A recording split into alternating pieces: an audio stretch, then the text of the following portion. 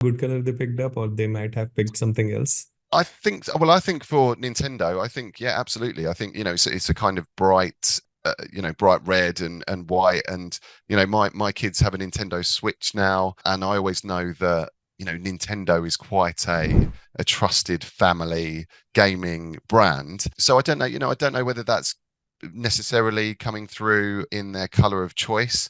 I mean, red is usually synonymous with things like excitement and, youthfulness and being bold. So, I think all of those kind of line up with the brand values of Nintendo. It's a very youthful brand. So, but this comes into things like color theory and why some brands have picked certain colors. It's things like NHS in the UK is blue because it's all about, trust, and Yeah. it's all about strength. When it's something like Amazon, or EasyJet, they have orange, which is all about being kind of friendly and cheerful.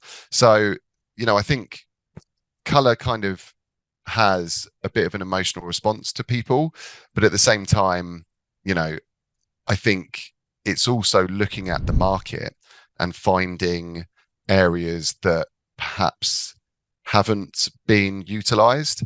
So, kind of staying on the theme of color, we did a bit of a market review of things like, on-demand streaming platforms, and what we found was there's loads of streamers that use kind of blue and, purples and sort of darker shades. Obviously, Netflix is Hmm. red, and they've kind of cornered that market in terms of red in the streaming service.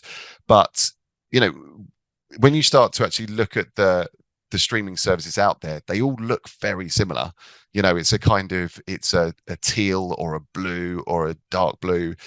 It's kind of in that world. It's very similar actually to the PlayStation I colors think that we've been talking about. Netflix picked it up from the curtain, of the shows that used to happen in theaters. I think Netflix picked that color from there. Yeah, I agree. I think it's, and even their kind of intro where you're sort of going through those lines, it's almost like a kind of theatre curtain Yeah. opening to sort of give you the show and, taking you into the theatre or the screen. So yeah, I think there's a lot of psychology around use of colour in terms of brand building. But like I say, colour is one part of a series of tools that build up a brand identity. Do you think, Microsoft